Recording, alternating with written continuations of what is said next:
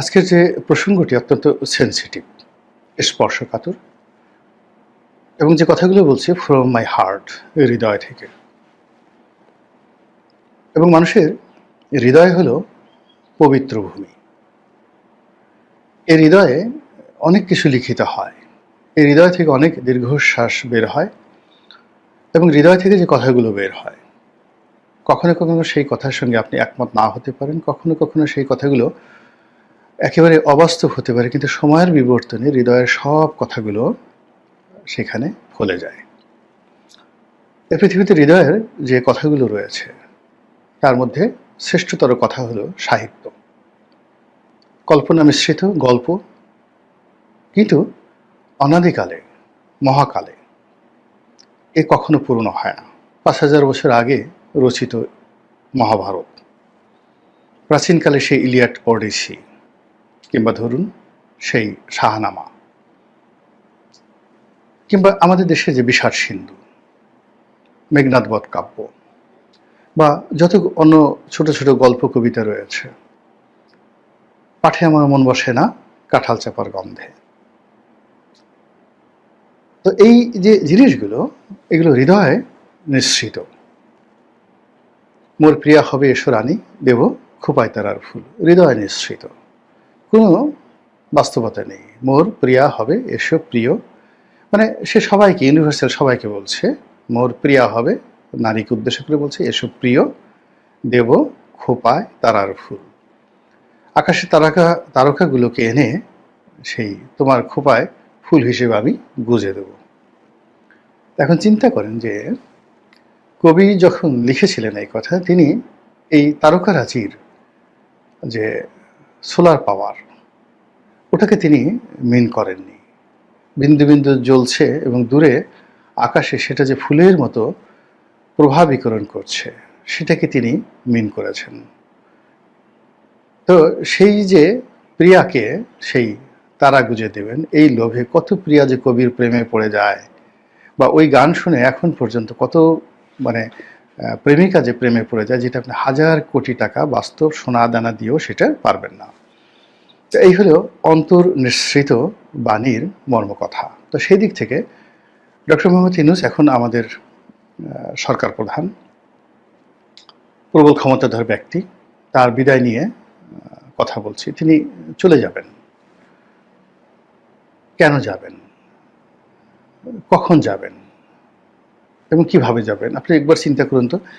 এই কথাগুলো কি আপনার মনে আসে না এখন? নাকি আপনি চিন্তা করেন যে আজীবন তিনি ক্ষমতায় থাকবেন এবং এখন যেভাবে চালাচ্ছেন ওভাবে চলবেন, আর আপনিও তার অধীনে এখন যেভাবে চলছেন ওভাবেই আপনার জীবন চলতে থাকবে? গত ১ বছরে যেভাবে আপনার জীবন ধারাবাহিকভাবে উন্নতি হয়েছে আপনার জীবনে, অথবা আপনার জীবনের যে অবনতি হয়েছে, ডক্টর মোহাম্মদ ইউনূসের কল্যাণে আগামী দিনগুলোতে আপনার এই কল্যাণ অকল্যাণ, উত্থান বা পতন, এটা অব্যাহত থাকবে এবং আপনি বিকল্প কোনো কিছু চিন্তা করছেন না।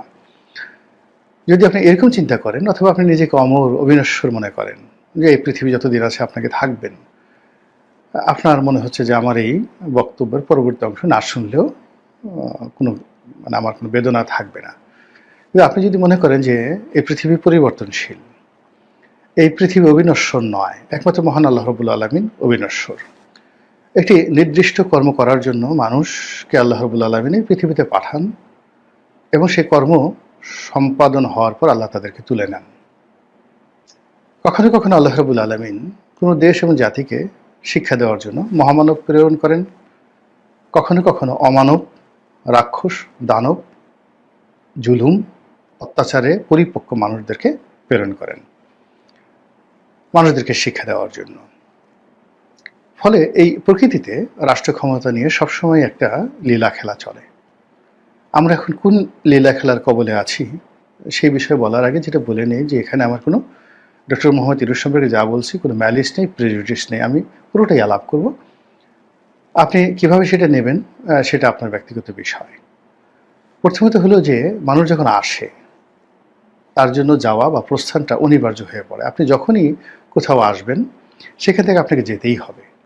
দুনিয়াতে আসলে কবরে যেতে হবে। কোনো গৃহের মধ্যে যদি আপনি মেহমান হিসেবে আসেন, সেখান থেকে আপনাকে নিষ্ক্রান্ত হতে হবে, ইচ্ছায় অনিচ্ছায় গলা ধাক্কা খেয়ে সসম্মানে, কিন্তু আপনাকে সেখান থেকে যেতেই হবে। এরপর আপনি বিদেশে গেলেন, সেখান থেকে আপনাকে ফিরতে হবে। তো সেই দিক থেকে ডক্টর মোহাম্মদ ইউনূস, তার বয়স এখন ৮৬ বা ৮৭ বছর, জীবনের একেবারে শেষ প্রান্তে। প্রকৃতি তাকে কখন ডাকবে, মালাকুল মউত তার সমীপে কখন আসবে, সেটা নিয়ে তিনি কি চিন্তা করছেন জানি না, কিন্তু আল্লাহর আরশে আযমে তো এটা লিখিত আছে। তো কাজেই প্রকৃতিগতভাবে তার একটা বিদায় হতে পারে, রাষ্ট্র ক্ষমতায় থেকে সসম্মানে মর্যাদার সঙ্গে। এটা তার অন্তর্নিহিত চিন্তার উপর নির্ভর করবে। মূল ব্যাপার হলো আমরা ভুল করি, এবং যে মানুষ যত বড় তার ভুল তত বেশি। রাষ্ট্র ক্ষমতায় যারা থাকেন তাদের ভুল, ভ্রান্তি, অন্যায়, অবিচারের শেষ নেই। এটা আল্লাহ রাব্বুল আলামিন সাধারণত ক্ষমা করে দেন। কিন্তু একটা মানুষ সেই দরিদ্র অবস্থা থেকে একেবারে রাজাধিরাজ যখন হন, মহাবিচারপতি হন, প্রধান বিচারপতি হন, খুব সেন্সিটিভ যে পদগুলো, যার সঙ্গে আল্লাহর নেয়ামত, শুকরগুজারি এবং আল্লাহর আরশে আজিম এর যে সম্পর্ক, একেবারে নিবিড় সম্পর্ক, বিচারকের পদ, রাষ্ট্রপ্রধানের পদ, এই পদগুলো, শাসকের যে পদ, এটা আল্লাহর জাত এবং সিফাতের সাথে সম্পৃক্ত। তো কাজেই এই পদ পদবি ব্যবহার করে যখন কেউ অন্যায় করে, অবিচার করে, জুলুম করে, অত্যাচার করে, মহান আল্লাহ রাব্বুল আলামিন গোস্বায় তিনি কাঁপতে থাকেন, এবং তার সেই গোস্বার ফলে যে পতন অনিবার্য হয়ে যায়, এই পৃথিবীতে সেই পতন কেউ ঠেকাতে পারে না। এখন মানুষ যখন সচরাচরভাবে এই সকল পদ পদবিতে থেকে কজ অফ অ্যাকশন, একটা ঘটনা ঘটেছে, সেই ঘটনা সামাল দেওয়ার জন্য সে অন্যায় করেছে। আপনি দেখলেন অন্যায়, কিন্তু আল্লাহর দৃষ্টিতে আল্লাহ দেখল যে এই মানুষটিকে ১০০০ বা ৫০০ লোক ঘেরাও করে ফেলেছে রামদা হাতে নিয়ে, এখন একে মেরে ফেলবে। তো সেই লোকের হাতে যদি একটা পিস্তল থাকে, সে যদি সেখান থেকে দুটো ব্ল্যাঙ্ক ফায়ার করে, কারো পায়ে গুলি করে, আত্মরক্ষার্থে আরও ম্যাসিভ অ্যাকশন নেয়, এবং সেখান থেকে যদি সে বেঁচে যায়, তাহলে আপনার কাছে সে খুনি পরিচালিত হবে। কিন্তু আল্লাহর দরবারে আল্লাহ তো উপর থেকে দেখছে, যেটাকে আমরা এখন ইগল আই বা বার্ডস আই বলি। তো উপর থেকে যখন তিনি দেখছেন, তিনি 4D অ্যাঙ্গেল, একেবারে চারিদিক থেকে যে ঘটনা দেখছেন, বিশ্লেষণ করছেন, সেখানে তিনি উদ্দেশ্য দেখেন, মহৎ কর্মগুলো দেখেন, এবং ওই যে ওই দিন বা ওই সময়ের যে প্রেক্ষাপট, সেটার উপর নির্ভর করেন। এবং সেখানে যদি তার মানসিক কোনো স্বার্থ থাকে, ম্যালিস থাকে, প্রেজুডিস থাকে, শত্রুতা থাকে, ঈর্ষা থাকে, তাহলে সে যত ভালো কাজ করুক না কেন, তিনি আল্লাহর দরবারে ক্ষমা পান না। আর যত মন্দ কাজই করেন না কেন, যদি এগুলো না থাকে, তিনি আল্লাহর দরবারে ক্ষমা পাবেন।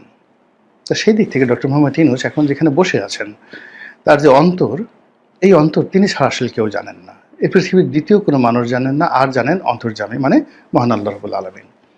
তো তিনি যদি এখানে থেকে চলে যান, যদি অসম্মানভাবে বা মর্যাদাহানিকরভাবে বেইজ্জতি হয়ে তাকে এখান থেকে যেতে হয়, তাহলে ধরে নেবেন যে তার চিন্তা খারাপ ছিল, চরিত্র খারাপ ছিল, এবং লোক তিনি ভালো ছিলেন না। আর যদি সসম্মানে তার বিদায় হয়, প্রস্থান হয়, সেটা মৃত্যু হোক, পদপদবি থেকে হোক, তাহলে এই যে তার যত ব্যর্থতা বলেন না কেন, আপনি ধরে নেবেন যে তিনি লোকটি বড়ই ভালো ছিলেন। এবং তার এই বিদায় এবং অন্তর্ধানে, সেটা মৃত্যু হোক বা রাষ্ট্র ক্ষমতা থেকে তার বিদায় হোক, তার বিদায়টা যদি সম্মানজনক হয়, তাহলে ধরে নিতে হবে যে আমরা একটা বড় নিয়ামত হারিয়েছি। এটাই বাস্তবতা। অতীতে জাস্টিস শাহাবুদ্দিন এবং বিচারপতি হাবিবুর রহমান, এই দুজনের বিদায় সমস্ত রাষ্ট্রপ্রধানদের মধ্যে সবচেয়ে সম্মানজনক, মানে সরকার প্রধানদের মধ্যে সবচেয়ে সম্মানজনক এবং মর্যাদাময় ছিল। তো ওইরকমভাবে ডক্টর মোহাম্মদ ইউনূসের বিদায় যদি হয়, তাহলে ধরে নিতে হবে যে তিনি একজন ভালো মানুষ ছিলেন। এখন যেটা প্রথমে প্রশ্ন করেছি, তিনি কেন যাবেন, মানে এখান থেকে কেন তার বিদায় হবে। প্রথমত যেটা বললাম যে আল্লাহর হুকুমে তার মৃত্যু হতে পারে, মালাকুল মউত এসে যেতে পারে, এটা অনিবার্য। দ্বিতীয়ত হলো তার যে পদ এবং পদবি, কোনো পদ পদবি চিরন্তন নয়। এখান থেকে মোরলেস ক্ষমতা কখনোই চিরন্তন নয়। এবং পৃথিবীতে যে কয়টি চেয়ার রয়েছে,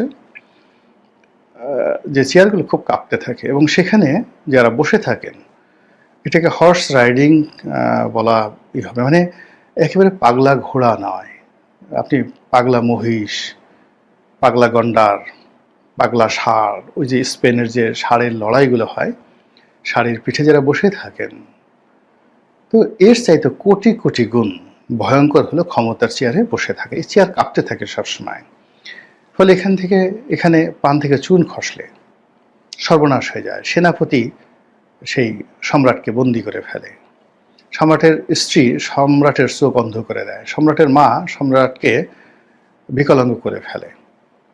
এই হলো রাজনীতি। তো কাজেই যখনই কেউ একটা ক্ষমতার চেয়ারে বসে, সেই চেয়ারে বসার পর তার ওখান থেকে বিদায়টা অনিবার্য হয়ে পড়ে এনি টাইম। এখন সেই বিদায়টা কিভাবে হবে বললাম, যে যদি সম্মানজনকভাবে হয় তাহলে ধরে নিতে হবে তিনি ভালো মানুষ ছিলেন, আমরা তাকে চিনতে পারিনি, অথবা আমরা তাকে চিনতে পেরেছি, তার কাজকর্ম ভালো ছিল, সম্মানজনক বিদায় হয়েছে, এটা ডবল। দুইভাবে হয় যে আপনি মানে সম্মানজনকভাবে বিদায় নিয়েছেন, কিন্তু আপনি অনেক অনার সৃষ্টি করেছেন, তো সেক্ষেত্রে ধরে নিতে হবে আপনি ভালো মানুষ। আর যদি আপনি ভালো কাজ করেছেন, সুনাম সুখ্যাতি অর্জন করেছেন এবং সম্মানজনকভাবে বিদায় নিয়েছেন, তখন আপনি আল্লাহর বন্ধু, মাহবুবে ইলাহি, আল্লাহর বন্ধু বা মাহবুব হিসেবে এই জমিনে সম্মানিত হতে থাকবেন। তাহলে কি হলো, কখন যাবে এবং কিভাবে যাবে? সম্মান বা অসম্মান যে কোনো একটা, যাকে বলা হয় ওসিলা করে, যে কোনো ক্ষমতাধরদের মতোই ডক্টর মোহাম্মদ ইউনূসের বিদায় হবে। তৃতীয় প্রশ্ন হলো যে কখন হবে? এটা আগেই বলছে যে এটা একমাত্র আল্লাহ রাব্বুল আলামিন জানেন, এনি টাইম। কিন্তু এখানে কতগুলো সূত্র রয়েছে, দার্শনিক সূত্র রয়েছে, ফিলোসফিক্যাল সূত্র রয়েছে, থিওরি রয়েছে। সেটি হলো, মানুষের হৃদয়ে যখন কোনো ক্ষমতাধর ব্যক্তির সম্পর্কে ক্রোধ সঞ্চারিত হয়, যখন ক্ষমতায় বসা লোকটির সম্পর্কে সাধারণ আমজনতা তারা বিশ্বাস স্থাপন করতে পারে না যে তাদের শাসক একজন সৎ, একজন সত্যবাদী, একজন চরিত্রবান, ন্যায়পরায়ণ বাদশাহ, এই বিশ্বাসটা মানে মাস পিপল, বেশিরভাগ লোকের মধ্যে যখন থাকে না, তখন ওই সিংহাসন কাঁপতে থাকে এবং সেই সিংহাসনে বসা লোককে সেখান থেকে ফেলে দেওয়ার জন্য সিংহাসনই অলৌকিক ক্ষমতার অধিকারী হয়ে যায়। অর্থাৎ রাজনীতি বলেন, রাষ্ট্র ক্ষমতা বলেন, তার চারিপাশে এমন কতগুলো উপলক্ষ তৈরি হয়, এমন কতগুলো ঘটনা তৈরি হয়, এমন কতগুলো বিষয় তৈরি হয়ে যায়, সাধারণ মানুষ না চাইলেও কেবলই মাত্র রাজনীতি, রাষ্ট্র ক্ষমতা এবং সিংহাসন, সেখানে জটিল রসায়নের কারণে সিংহাসন থেকে ছিটকে পড়তে হয়। আমি ইন ডিটেলস বললাম না, ইট মে বি এনিথিং। তো এই যে মানুষের মনের যে দীর্ঘশ্বাস, হতাশা, এটার কারণে দেখা যাচ্ছে যে একজনের পতন, একজনের বিদায় খুব দ্রুত এগিয়ে আসে। আবার এটা রিভার্স। ধরুন আল্লাহ রাব্বুল আলামিন আপনার ভাগ্যে রেখেছে আপনি 2 বছর ক্ষমতায় থাকবেন, কিন্তু ক্ষমতায় বসে আপনার হেদায়েতের দরজা খুলে গেল, আপনি কোনোদিন নামাজ কালাম পড়েননি, এখন আপনি সারাক্ষণ তাহাজ্জুদ নামাজ পড়েন, আপনি কোনোদিন কাঁদেননি।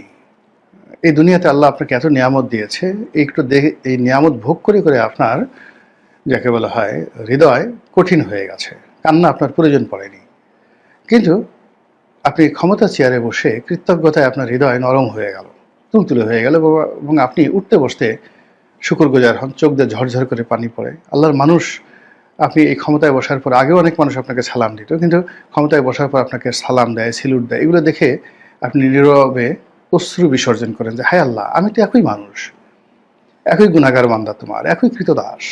এই 2 দিন আগে কেউ আমাকে সেলুট দিত না, এখন আমি ক্ষমতায় বসছি, এ রাজকোষ আমার হুকুমে চলে, এ রাজাস্ত্র আমার কথায় গুলি করে, আমার কথায় গুলি বন্ধ করে। এই ক্ষমতা তো কিছু নয় আল্লাহ, এ তো তোমার হুকুম মাত্র। তুমি একটা হুকুম দিয়েছো যে এই ক্ষমতা গোলাম মোল্লা রনির দাসত্ব করো। আর সেদিন থেকে আল্লাহ আমি যে তোমার দাস, ক্ষমতাও তোমার দাস, এই দুইয়ের দাসের সম্মিলনে আমি একটা রাষ্ট্র ক্ষমতা পেয়েছি। আল্লাহ যা কিছু হচ্ছে আলহামদুলিল্লাহ, সকল শুকরিয়া তোমার দরবারে, সকল প্রশংসা তোমার দরবারে। এভাবে যখন আপনি কাঁদতে থাকবেন, আমি কাঁদতে থাকবো, তখন সেই 2 বছরের ক্ষমতাটা কখনো কখনো 20 বছর হয়ে যেতে পারে।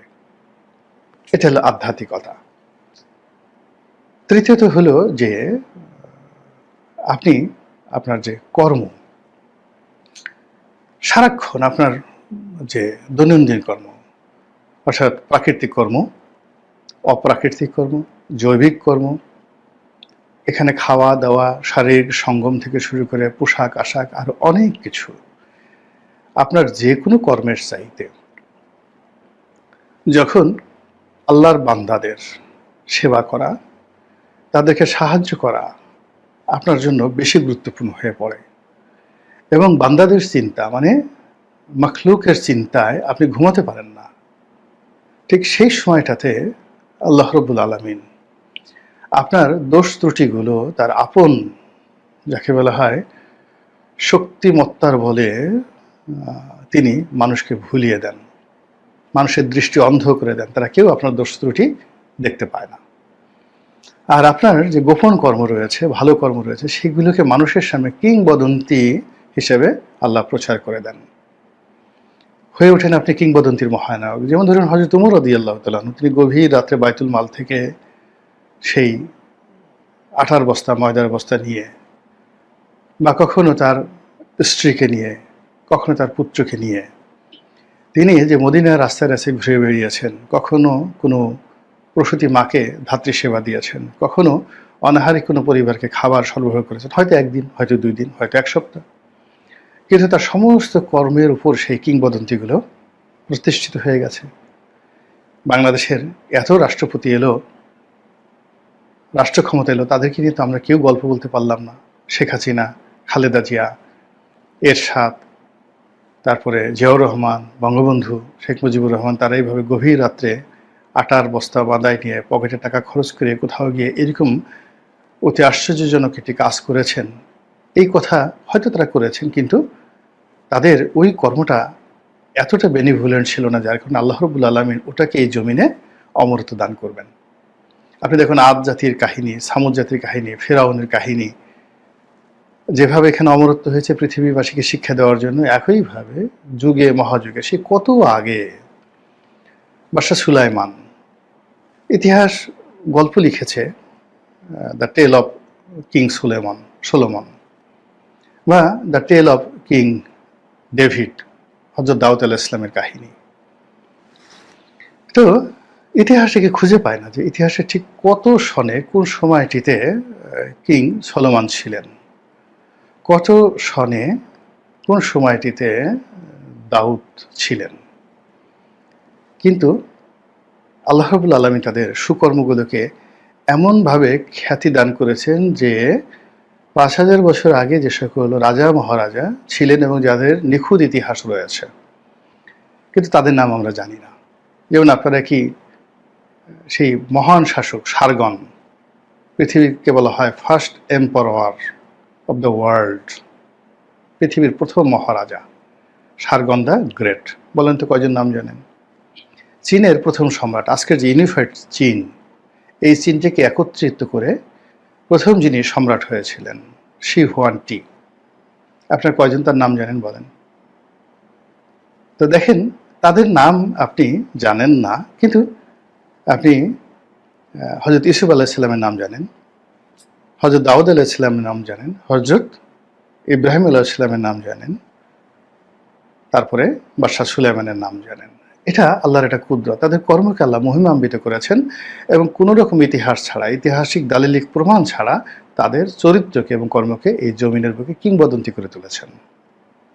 এই হলো রাষ্ট্র ক্ষমতায় যে আপনার সৎ চিন্তা, সৎ চরিত্র এবং সৎকর্মের প্রতিদান। তো সেটা ডক্টর মোহাম্মদ ইউনূসের জীবনে গত 1টি বছরে কিভাবে ক্রিয়া করেছে, কিভাবে প্রতিক্রিয়া করেছে, তিনি কি করেছেন, সেটা সবকিছু আমরা দেখতে পাবো তার বিদায়ের মাধ্যমে।